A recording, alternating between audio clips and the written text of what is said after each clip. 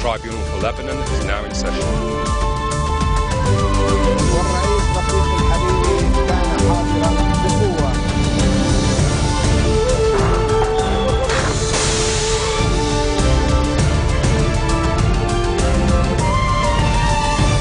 Good afternoon and thank you for joining us on FutureTV. I'm Linda Tamim and these are today's top stories. Residents in Tripoli remain on edge, fearing renewed clashes between supporters and opponents of the Syrian regime. Victims' lawyers appeal for justice at the Special Tribunal for Lebanon as former Prime Minister Saad Hariri says the trial will help promote justice and democracy. And the opposition Syrian National Coalition convenes in Istanbul to discuss whether it will attend a peace conference in Geneva. Residents in the northern city of Tripoli remain on edge, fearing renewed clashes between supporters and opponents of President Bashar al-Assad's regime, a day after one man was killed in brief fighting. Intermittent sniper fire on Sira Street, the road separating the rival neighborhoods of Bab al-Tabani and Jabal Mohsen, forced schools and colleges to remain shut for the safety of their students.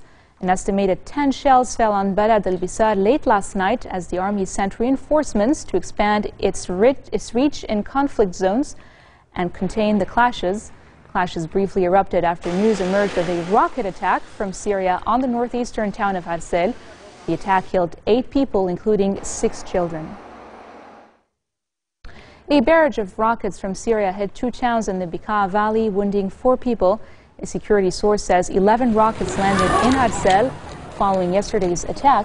11 missiles also hit the northeastern village of Ras Balbek, wounding Tal Rai, Rifat Nasrallah, Tony Ghanem, and Edward Shaib. The wounded remain in a stable condition. Friday's attack in Arsel came a day after a car bomb rocked the town of Hirmil, also in the northeastern Bekaa Valley, killing 5 people. Military prosecutor Judge Saer launched an investigation into the fatal attack on Arsel. He also tasked a military expert to determine its source. Meanwhile, Prime Minister Najib Mikati tasked a high relief committee to examine the damages and compensate the residents. French President François Hollande's advisor on North Africa and the Middle East, Emmanuel Bon, stresses his country's support to the Lebanese state institutions, calling for the swift formation of a new cabinet. Following talks with Free Patriotic Movement MP Michel Aoun, Bon noted that consultations have intensified to reach a suitable lineup and underlined the importance of carrying out the presidential elections on time. The national news agency says Aoun and the French official, accompanied by French ambassador to Lebanon, Patrice Paoli, discussed the latest developments in the region and the conditions of Christians in the Middle East. DNA samples taken from the mother of a Sidon resident who the Lebanese army suspects of involvement in the Hermel bombing earlier this week did not match remains found in the crime scene. This is according to a high-ranking security source. The army took DNA samples from Aziz Aid, a resident of the coastal city of Sidon, and the mother of Hussein Ghandour after her son was suspected of carrying out the car bombing attack in Hermel, which killed 5 people.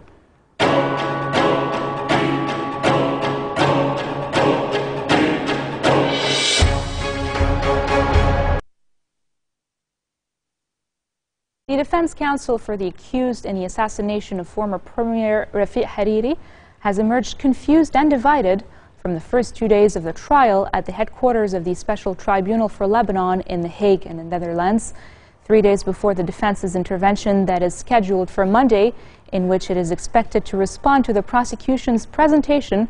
A number of defense lawyers invited reporters in The Hague to a press conference that was held after Friday's session.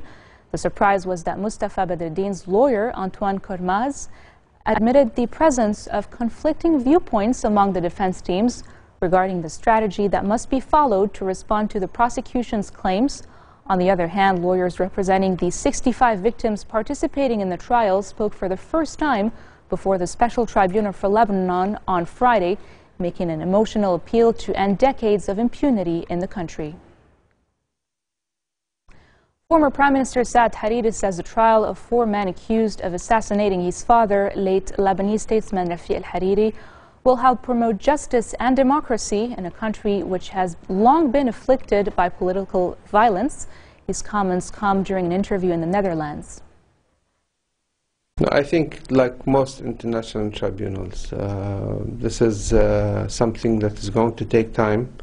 I think historically in Lebanon, we've had in the past 50 years assassinations after assassinations, and we never had a real trial or a real justice in Lebanon to find who killed who in Lebanon. This is for the first time something like this is happening in Lebanon.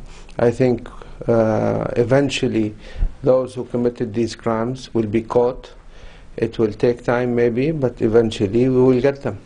If you don't have, if you keep on continuing in Lebanon with injustice and we let go, you know, we go with the norms of impunity, then it will go forever.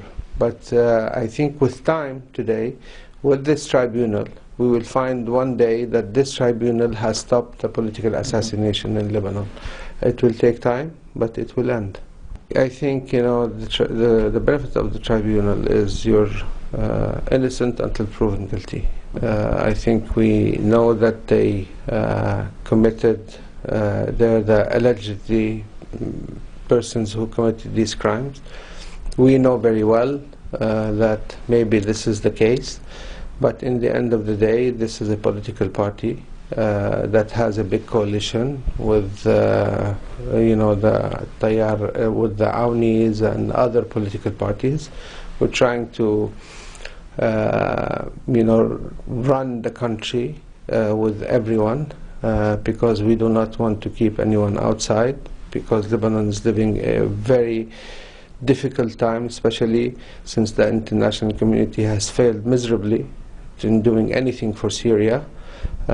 So I think our duty towards the people of Lebanon is to stabilize the country.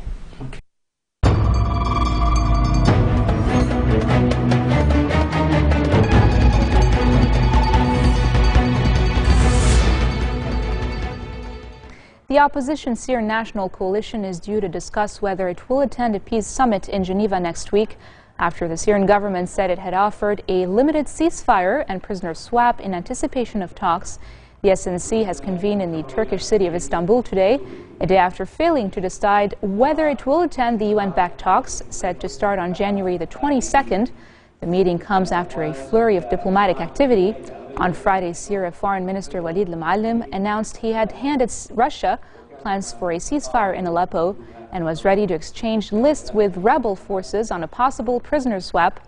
U.S. Secretary of State John Kerry, however, called the regime's offer a diversion from the aim of the talks, installing a new government. He reiterated the Syrian government must accept the goal of next week's Geneva II peace conference in achieving a political transition in the country. We also are not out of options with respect to what we may be able to do to increase the pressure and further change the calculation. And I think we've made that clear to the Russian foreign minister and others, nor are other players short of an ability to be able to have an impact here. So I think, you know, they can bluster, they can protest, they can put out distortions. The bottom line is we are going to Geneva to implement Geneva I. And if Assad doesn't do that, he will invite greater response in various ways from various people over a period of time.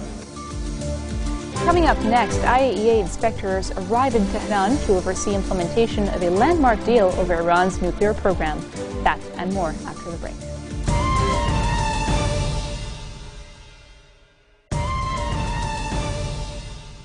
Welcome back. Iran's Foreign Minister Mohammad Javad Zarif says his country is ready to reach a final agreement over its nuclear program far more quickly than initially planned in exchange for international sanctions relief. During a joint news conference with his Senegalese counterpart in Tehran, Zarif said his country was ready to reach a result quickly because its nuclear program is completely peaceful, he says. Inspectors from the UN nuclear watchdog arrived in Tehran in readiness to oversee implementation of a landmark deal that puts temporary curbs on the country's nuclear program. The deal, coordinated by the European Union, aims to reassure the international community that Iran is not trying to develop a nuclear weapon. In exchange, Iran will see a 6-month suspension in sanctions that has crippled its economy. During that period, negotiators will work to craft a comprehensive final agreement. Gunmen fired shots at a car belonging to the Iranian embassy near the ambassador's residence in the Yemeni capital of Sana'a, seriously wounding a diplomat. Security sources say the ambassador was not in the car at the time of the attack. Reports say a diplomat may have been killed, though. The gunman fled, and there was no immediate claim of responsibility. At least 21 people, 13 foreigners and 8 Afghans have been killed in an apparent Taliban suicide bomb and gun attack on a restaurant in a heavily fortified area of Kabul. The assailants targeted Taverna du Liban, a Lebanese restaurant popular with expatriates and diplomats in a neighborhood of Kabul where many embassy buildings and offices of non-governmental organizations are located. A British citizen, a Russian, 2 Canadians, and 2 Americans are known to be among the dead. The UN strongly condemns the attack. Imagine it, we're very shocked and we're very sad, and it's a very heavy day here for us, for the UN in Afghanistan.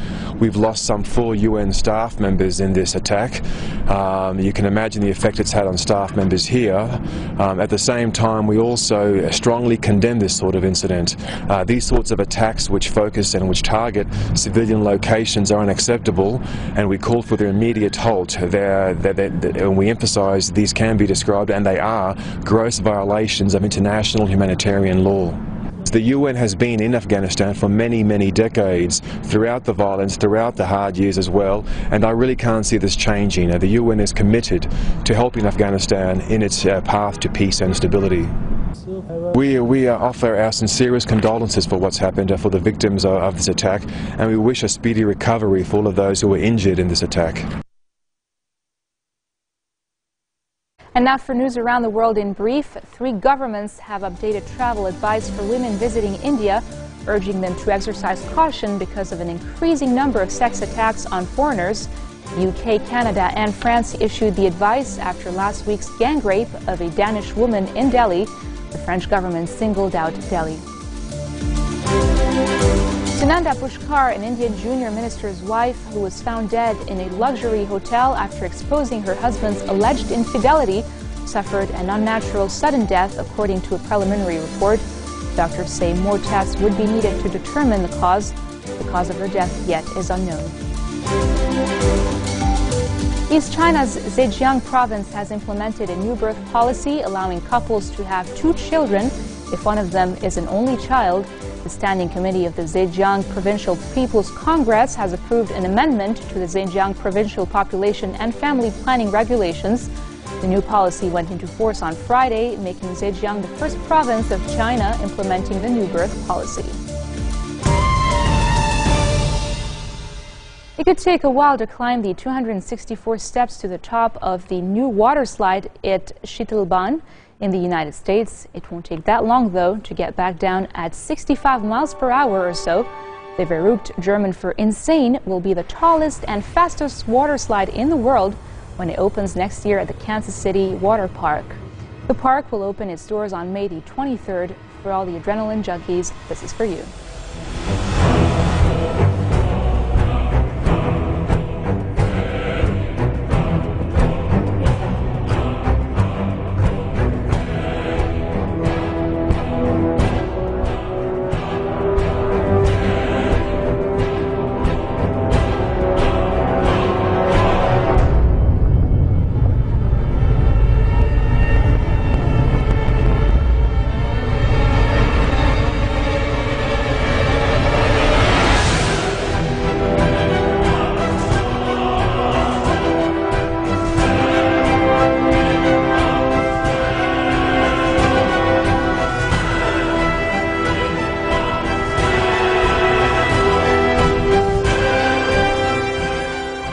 This marks the end of our bulletin for today. Now for a reminder of our top stories. Residents in Tripoli remain on edge, fearing renewed clashes between supporters and opponents of the Syrian regime. Victims' lawyers appeal for justice at the Special Tribunal for Lebanon, as former Prime Minister Saad Hariri says the trial will help promote justice and democracy. Finally, the opposition Syrian National Coalition convenes in Istanbul to discuss whether it will attend a peace summit in Geneva. Those were today's headlines from us here at Future Television. I'm Linda Tanim, wishing you all a peaceful weekend. The Special Tribunal for Lebanon is now in session.